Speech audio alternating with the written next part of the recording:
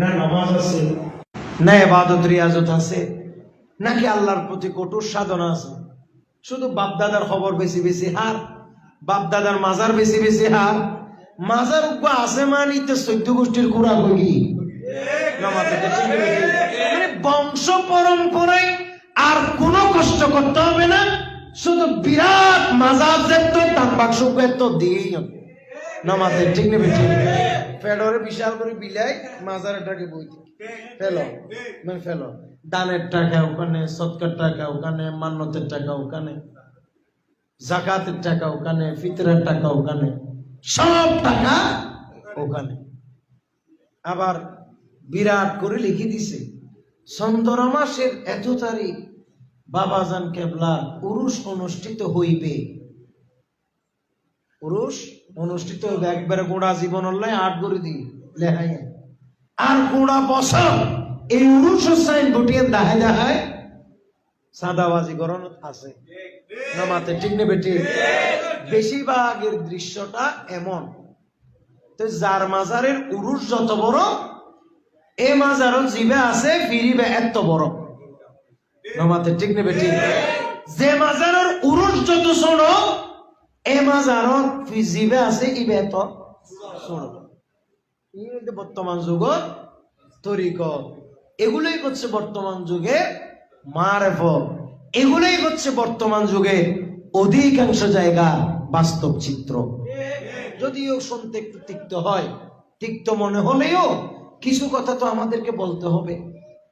210 জনে গালি দিলেও অন্তত আমি তো এই কথাটা ক্লিয়ার করতেছি যে আমি সেই মার্কা সুন্নি নয়, আমি সৈয়দ আহমদ শাস্ত্রীর কোটি মার্কা সুন্নি। আমি সেই মার্কা সুন্নি নয়, আমি হলাম হুজুর কেবলা গৌসে জামান তৈয়ব শাহ রহমতুল্লাহ আলাইহি মার্কা সুন্নি। আমি সেই মার্কা সুন্নি নয়, আমরা গাজী দ্বীন মিল্লাত ইমাম আহলে সুন্নাত হুজুর আল্লামা শের বাংলা মার্কা সুন্নি। আমরা সেই বন্ড মার্কা সুন্নি নয়, আমরা হলাম ওই সমস্ত আল্লাহর বুজুর্গ পীর মশায়েখ মার্কা সুন্নি যারা নিজে না খেয়ে অন্যদেরকে খাওয়িয়েছে, যারা মানুষকে ঘুম পাড়িয়ে নিজের তাহাজ্জুদে গিয়ে কেঁদেছে। কথা বলেন ঠিক কিনা? আমরা সেই সমস্ত বুজুর্গদের অনুসারী। মাজারের উরুস বড় হলে পীর বড়, এই চিন্তা চেতনা এই টেন্ডেন্সি মাথা থেকে ফেলে না কি? উরুস এটা কি ফরজ না ওয়াজিব না সুন্নত না কি? এটা কি? এটা একটা ভালো কাজ, এটা একটা সুন্দর কাজের কথা বলেন না? ঠিক নেবে ঠিক? আমি যদি আর একটু আরবিতে বলি, স্ট্যান্ডার্ড করে বলি, তাহলে বলবো যে মুস্তাহাসান, যে ভালো কাজ, সুন্দর কাজ। তো এটা একটা কোন দরবারে কোন পীরের উরুস যদি কিয়ামত পর্যন্ত না করলেও আল্লাহ কি ওনার কবর আযাব দিবে? আল্লাহ কি বলবে তুই এদুন মুরিদ রাই আলী একজনও উরুস নগরের দর মারিহা হইব না? কোনো মাথা না হইব না?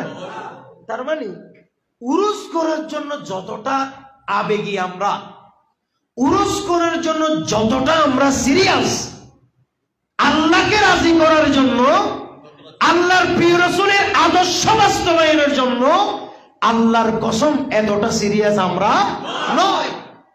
আমরা অধিকাংশরাই এত সিরিয়াস নয়। কথা বলেন না? ঠিক নেবে ঠিক?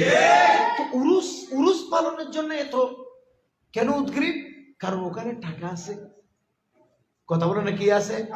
টাকা আছে, দামটা আছে, ওখানে দামটা হবে।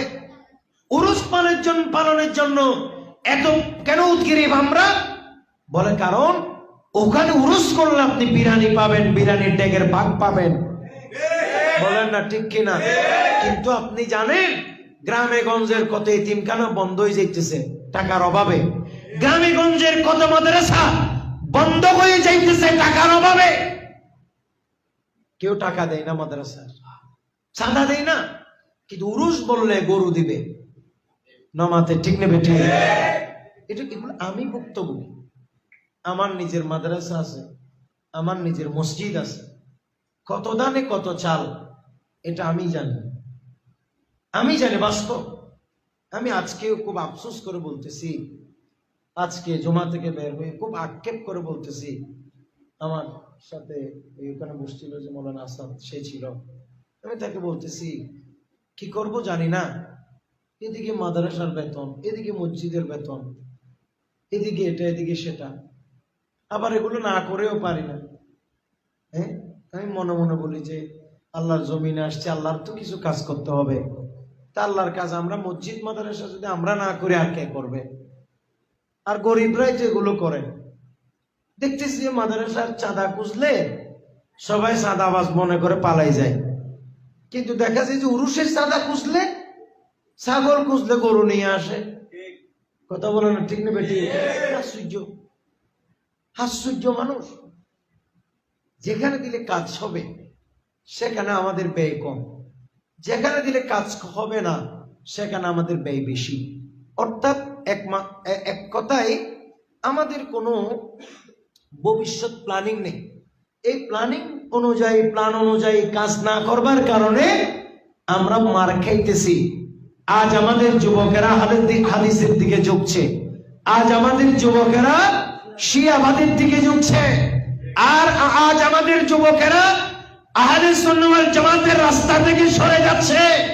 অতএব এই মুহূর্তে আমাদের উচিত হচ্ছে দ্বীন এবং ধর্মে, শরীয়ত এবং তরিকতে সঠিক চর্চা কেন্দ্র যেগুলি আছে, মসজিদ এবং মাদ্রাসার দিকে আমাদের যথাযথ আত্মনিয়োগ করতে হবে। আমাদের বেশিরভাগ দ্বীন ধর্মের চাঁদা সেখানে নিতে হবে। তাইলে আমাদের মাদ্রাসা মসজিদ যদি ঠিক থাকে, শরীয়ত তরিকত পীর মশাই মাজার পুরো সব ঠিক থাকবে। কথা বলেন ঠিক কিনা? আপনি আলেম না হলে উরুস কারে দিয়ে করবেন? আলেম যদি না থাকে আপনি মিলাদ মাহফিল কারে দিয়ে করবেন? আলেম যদি না থাকে আপনি শরীয়তের মাসালা কার থেকে শিখবেন? আলেম উলামা যদি না থাকে তাহলে আপনি কার কাছে তরিকতের দীক্ষা নেবেন? আপনারা বলেন, কোন উপায় আছে? আর কোন উপায় তো নাই। সেই জন্য আলেম তৈরি করতে হবে। আলেম তৈরি করলে আপনাকে মাদ্রাসা লাগবে। মাদ্রাসাগুলোকে আপনারা সহযোগিতা, বেশি বেশি সহযোগিতা করেন, একবারে দেখে দেখে করেন। একটা মাদ্রাসা, একটা জামিয়ার হোক বা যে কোন একটা সুন্নিয়া মাদ্রাসার একটা দান বাক্স আপনার ঘরে রাখেন। মান্যতের 2 টাকা, 10 টাকা, 20 টাকা ওখানে রাখেন। মাস শেষ হলে বিরাট একটা সঞ্চয়, বিরাট একটা সঞ্চয়। 100 টাকা হোক, 200 টাকা হোক, এই দান বাক্স না রাখলে তো আপনি এটা আল্লাহর রাস্তায় একসাথে দিতে পারতেন না। সেটা করেন। আমি আমার রুমে, বাড়িতেও, কক্সবাজারেও, চিটাঙে যেখানে থাকি সেখানেও আমি 2টা মাদ্রাসার দান বাক্স রাখছি। একটা আমার নিজের মাদ্রাসা আর একটা হচ্ছে জামিয়ার। আমি চেষ্টা করি, দেখি যে আলহামদুলিল্লাহ আমার যেটা মাদ্রাসা, আমার মাদ্রাসার দান বাক্স চাইতে জামিয়ার হাদিয়া আলহামদুলিল্লাহ আরো বেড়ে যায়। তখন নিজের কাছে ভালো লাগে, আত্মতৃপ্তি আসে যে এত টাকা যে একসাথে 100 টাকা হোক, 200 টাকা হোক বা 500 টাকা বা 1000 টাকা যাই হোক, তখন মনে মনে একটা শুকরিয়া করি যে আল্লাহ 1000 টাকা যদি একসাথে দিতে হতো হয়তো আমাকে শয়তানে দিতে দিত না। ইতে আতরে সিবি দিত ওদের উঠিয়া গিলে দে না মাতে ঠিক না বেটি জানা ইতার বহুত দিন না টিয়া দি টিওল দা সিবিদের তো হনে শতান উঠে চিন্তা করিস। তাই তখন শুকরিয়া করি আল্লাহ হ্যাঁ যদি একসাথে দিত চাইতাম শতান আর জোরে সিবি দিত 500 দিবার হনবত্যে বেশি করলে 250 করে ফেলাইতো, 1000 করে ফেলাইতো। আল্লাহ এখন নাই এই প্রত্যেকদিন মাঝে মধ্যে ফেলানোর কারণে একসাথে এদুন টেয়া তোমার রাস্তার দিক ফেললাম। শুকরিয়া করে আলহামদুলিল্লাহ। আপনারা এটা করেন, আল্লাহ আমাদের কবুল করুন। সালাতুন ইয়া রাসূলুল্লাহ আলাইকুম সালামুন ইয়া লা রব্বিল अर्श जिसको जो मिला उन से मिला बटती है कौन नैनों में नेमत रसूलुल्लाह की सलातुन या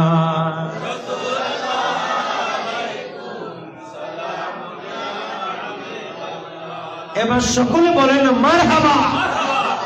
তাহলে ভাই নবী করিম সাল্লাল্লাহু তাআলা আলাইহি ওয়াসাল্লামার এই শরীয়ত এবং তরিকতের সঠিক চর্চা যদি আপনি পাইতে চান, আপনাকে দ্বীনের সত্যিকারের আলেম উলামার সুহবতে যাইতে হবে, ঠিক কিনা? নয়তো আপনি শরীয়ত তরিকত এগুলো কি জিনিস বুঝবেন না। এই জন্য পীর হওয়ার জন্য, তরিকতের মশায়েখ হবার জন্য, পীর হবার জন্য সব থেকে যেটা উল্লেখযোগ্য যেটা শর্ত, সেটা হচ্ছে 1 নম্বরে তাকে আলেমে দ্বীন হতে হবে। কথা বলে না, কি হতে হবে? আলেম। কিন্তু আমাদের দেশে এটা একটা বড় আফসোস এবং আশ্চর্যের ব্যাপার হচ্ছে, আলেমদেরকে পীর হিসাবে, ওলি হিসাবে কেউ মানতে চায় না। বলে না, ঠিক নেবে ঠিক? মানে আমাদের দেশে পীর হতে হবে দুই ক্যাটাগরি। হয়তো তার শরীর থেকে বাসগন্ধ আসতে হবে, চুলটুল এলোমেলো হতে হবে, 32 বছর গোসল না করতে হবে, বিরাট তার থেকে আগরম বাগরম কথা বলতে হবে, ভাত না খায় গাঁজা খাইতে হবে। মানুষ দেখবেন যে তার দিকে দলে দলে ঝুঁকতেছে আস্তে আস্তে, নমাতে, ঠিক নেবে ঠিক? এতে একদম তার পক্ষে হয়ে বিরাট একটা দল দেখবেন যে দালালি করতেছে, বলে দোয়া করছে, নিঃসন্তান সন্তান পাইছে, দোয়া করছে, অমুকের ছেলে তো অমুক পরীক্ষায় পাস করছে। এগুলো সব দালাল। কথা বলেন, এগুলো সব কি দালাল? এদিকে কিন্তু তার লুঙ্গি নাই, ভিতরে সব দেখা যাইতেছে, কিন্তু তাকে কেউ 150-200 টাকা খরচ করে সস্তা দামের একটা লুঙ্গি আনি ভরাই দিতেছে না, কিন্তু মরার সাথে সাথে 210 কিলো এরিয়া ঘেরাও করি মাজার বানাইতেছে। না মাথাতে ঠিক নেবে ঠিক? এগুলোর কি মানে? এগুলোর কি বলেন তো আপনারা? আমার 150-200 টাকার একটা লুঙ্গি কেউ কিনে দেন নাই, যার কারণে বেচারা ল্যান্ডা থাকছে। তার বাপ নাই, গাঁজা খাইছে। আপনারা যদি তারা গোসল গাছল করাইতেন, ভাই আপনাকে গোসল গাছল করাই দিই, একটু আতর টাতর লাগাই দিই, সুন্দর করে আপনি থাকেন, আমার ঘরে বিরাট জায়গা, আপনি একটা রুমে থাকেন, জিন্দা থাকতে তো কেউ এই মানবতা দেখাইলেন না। বলেন না, ঠিক নেবে ঠিক? সবাই মৃত্যুর পর মাজার করার জন্য যেভাবে প্রস্তুতি, যেভাবে প্রিপারেশন, সিন্ডিকেট, কবর ব্যবসা। কারণ এরা জানে লুঙ্গি কিনে দিলে, রুম টুম দিলে এখানে একটা কম দিতে হবে। বলেন না, ঠিক নেবে ঠিক? কিন্তু মাজার করলে কম দিলেও এটা একেবারে আবাদুল আবাদ পর্যন্ত খাদেম হই চলিব দে, দান্দা চলবে, মাথা না চলবে। এই জন্য ওটা সবাই মাজার বানতে আগ্রহী। কে এফজখানা দিতেও আগ্রহী না এত বেশি, কেউ মসজিদ দিতেও এত বেশি আগ্রহী নয়, কে এতিমখানা দিতে কিংবা মাদ্রাসা দিতে এত বেশি আগ্রহ নাই। দেখিয়েন না, মাঝে মধ্যে মানুষের স্বপ্ন দেখে মাজার, মাথা না কি দেখে দেয়, কিন্তু কোনোদিন মাদ্রাসা নো দেখে। আশ্চর্য, স্বপ্ন বহুত সে গিয়ালে দেখে, এবারে কি বানাইতে হতে মাজার, মাথা না কি ইয়েন না হতে তুই একটা মসজিদ বানাইতে ইয়েন হলো গিয়ে স্বপ্ন না দেখে। ইন আশ্চর্য, অবাক, আইন তো অবাক। কি মাজার? কিন্তু কেউ এটা কোনোদিন বলতে শুনি নাই, হুজুর আমাদের এত সুন্দর এই মসজিদটা অমুকের বাপের তমুকের মেয়ে। স্বপ্ন দেখি যেভাবে হাজারার মা, জোহরার মা, ফাতের মা স্বপ্ন দেখে মাজার বানায়, এভাবে হুজুর আমাদের এলাকা অমুকের মা স্বপ্ন দেখে এই মাজার বানাইছে, এই মসজিদ বানাইছে, এই একজখানা বানাইছে, এই মাদ্রাসা বানাইছে। অন্তত আল্লাহর কসম এই বয়সে আমি দেখিনি। আপনারা দেখছেন স্বপ্ন দেখি কেউ মসজিদ মাদ্রাসা বানাইছে? কিন্তু মাজার দেখেন তো আপনি, গোটা চট্টগ্রামে এরকম কয়েকশো মাজার দেখবেন যেগুলো শুধু স্বপ্নে পাইছে। এক পুকুরের ভাড়া 6 মাজার, মাত্র না, এক পুকুরের ভাড়া কয় মাজার? 6 মাজার। এগুলো সব দেখছে মহিলা স্বপ্নে। আশ্চর্য ব্যাপার সেবা। যাই হোক, এগুলো আসলে বললে অনেক কথা। তো এগুলোর কারণ কি? এগুলোর কারণ হচ্ছে আমরা মূর্খতার চর্চা করি, দ্বীনের চর্চা করি না।